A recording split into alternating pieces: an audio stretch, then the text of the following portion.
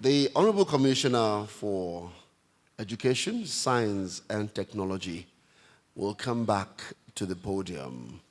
This time is representing the Executive Governor for your state, His Excellency, Engineer Seyi Makinde. Please, let's put the hands together as we send a resounding applause to welcome the Governor for your state to the podium.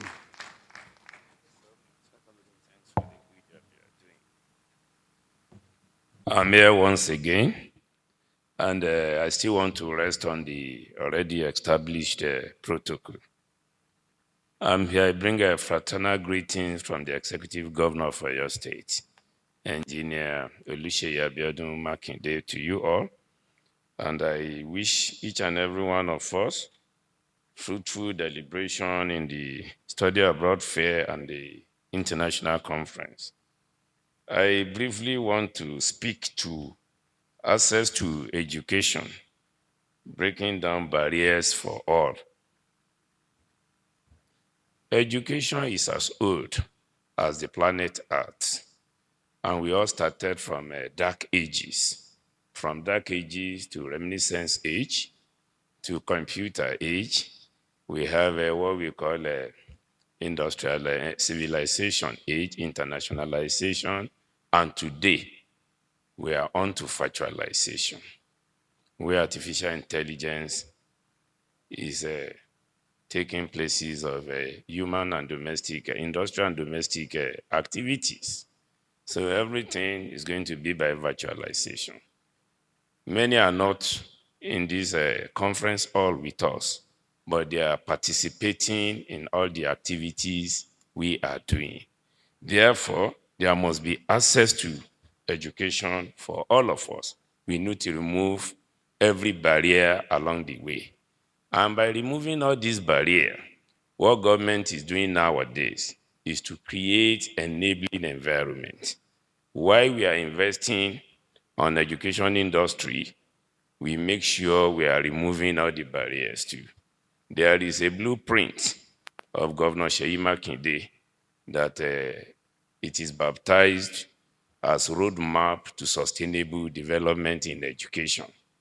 He has 6 cardinal points, but education is one of the 6 cardinal points. We have issues with out-of-school children. We really want to identify the school-age children that are supposed to be in the school, but for one reason or the other, they are on the streets, and we are trying to remove them back to the classrooms. Part of those schools, we've identified close to 30 primary schools.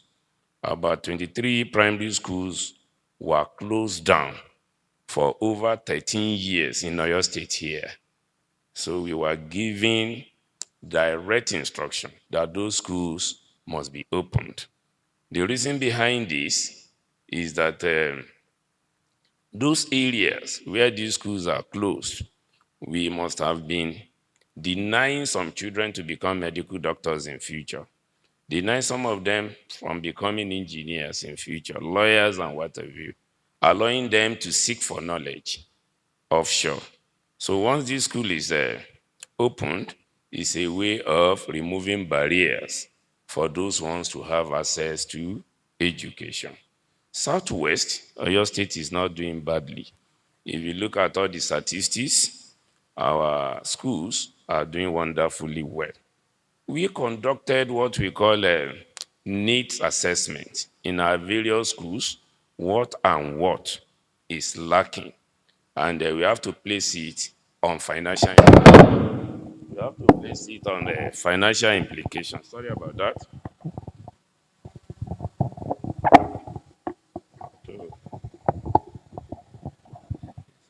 We have to place it on financial implication. Doing our need assessment, we realize that there are infrastructural gap. There are some schools without enough classrooms. There are some schools water reticulation is not working. There are some schools we don't have toilet facilities. In some schools, no library, no laboratory. Some school requires fencing, and this we got close to 70 billion. I think that is in the region about $5 million. The governor is not resting on his oars, apart from giving the highest or the lion's share in the budget.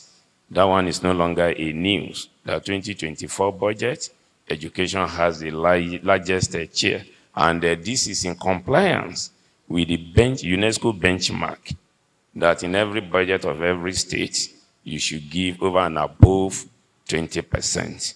I think approximately Oyo State gave 21% to education industry.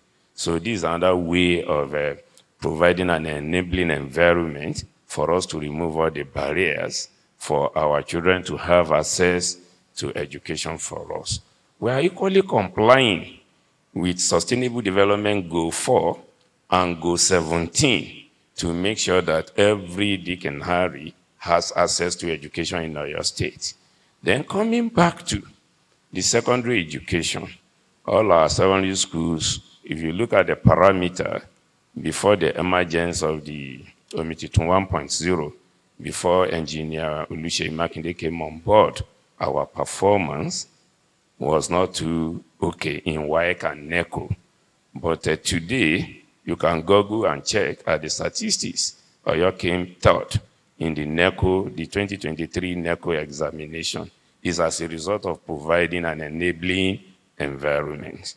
Not only that, last year, 2023, 5,000 teachers were recruited into our secondary schools just to remove barrier to subject teacher specific. We want to ensure that every single subject has the optimal number of teachers that should be allocated to our secondary schools. And there is room for lateral conversion. Those that are having educational certificates, but they are not in secondary schools, they are not in any of the education family, but they are willing to cross to education. Close to 1,000 of them were equally recruited. And when we were doing our annual recruitment census, we were given as the best state by the World Bank because we removed completely favoritism and nepotism in the recruitment process. The process of recruiting the teachers is objective. They were exposed to the examination, very transparent, and once you are able to make it up, you get the job. And as a result of these sensors and parameters, the World Bank gave Oyo State the best. And this one harnessed a project they call BESDAS and a global partner in education. The project we are operating now. Then coming back to tertiary institutions, I think Governor Makinde inherited 1.5 universities in Oyo State, 1.5 universities in Oyo State. Lautech, the pro-chancellor, is here, thank God. If I'm telling lie, I think he can speak to that later. The university, Ladoke Akintola University of Technology, was jointly owned by Oyo State and Osun State, and the governor took the bull by the horn. He set up a committee to see to that, and they removed the barrier, and today the university is solely owned by Oyo State today. And we have our first technical university too, not only in Oyo State. I think first technical university is even in Nigeria. And they were taking all the technological exploits to make sure that we put Nigeria back into the technological advancement. I think the rhetoric is that we are a consuming nation and we need to migrate to become a producing nation. And that is what that university is aiming at. We equally have a college of education that was migrated to University of Education. The rationale behind that is to make it or produce qualitative or quantitative teachers that will take care of our basic education, tertiary education, as well as our secondary education, as well as our tertiary education. The governor that inherited 1.5 university in Oyo State is having 3 full-fledged universities today. We have Ladoke Akintola University, Ogbomoso. We have Emmanuel Alayande University of Education, Oyo. And we have Abiola Jimobi, First Technical University, Ibadan. Not only that, we have our College of Agric and Technology with agri-business entrepreneurship mindset, just like what Dr. Akonde has rightly said when it comes to agri-business. I strongly believe that IITA, and our College of Agric and Technology in Igboora, their paths are often crossed, and they are shaking hands, even up to the global engagement. They are into that. And the only College of Education we have in Lalate today, they are trying to bring the middle class teachers. They have to give them the 21st contemporary training as far as teaching and learning pedagogy is concerned. We are being mindful of our curriculum too, and we are engaging with Federal Ministry of Education in Abuja and all other development partners. Think of any barrier, the governor is always willing to remove the barrier.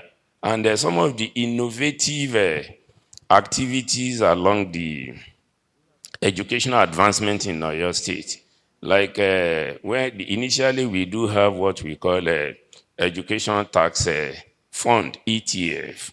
That was when it was later changed to TET fund, taking care of tertiary institutions in Nigeria. But Oyo State is still sustaining educational trust fund in Oyo State. The bill that established TET fund is just a replica of what is happening at TET fund level that we are operating at the state level.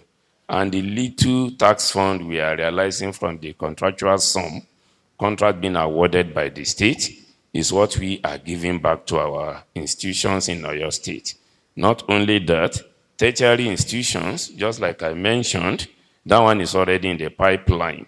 We have what we call Oyo State Tertiary Education Commission Bill. The Attorney General is here to bear me witness. A bill has been sent to House of Assembly on Oyo State Tertiary Education Commission. And once all these are put in place, all this, what we are doing as a state, is to remove every single barrier on the way to educational advancement and development. So why encouraging ISAF and people that are organizing this program, as we are partnering with all the educational stakeholders within the state, outside the state, offshore, outside Nigeria, wherever you come from, either Malaysia, Middle East, America, Australia, Europe, we shall be willing to relate with all the stakeholders in education, and we shall be looking forward to partner with them in as much as removing barrier for everybody to have access to education. And we believe strongly by 2030, there will be education for all in Oyo State. Once again, I thank you for rapt attention.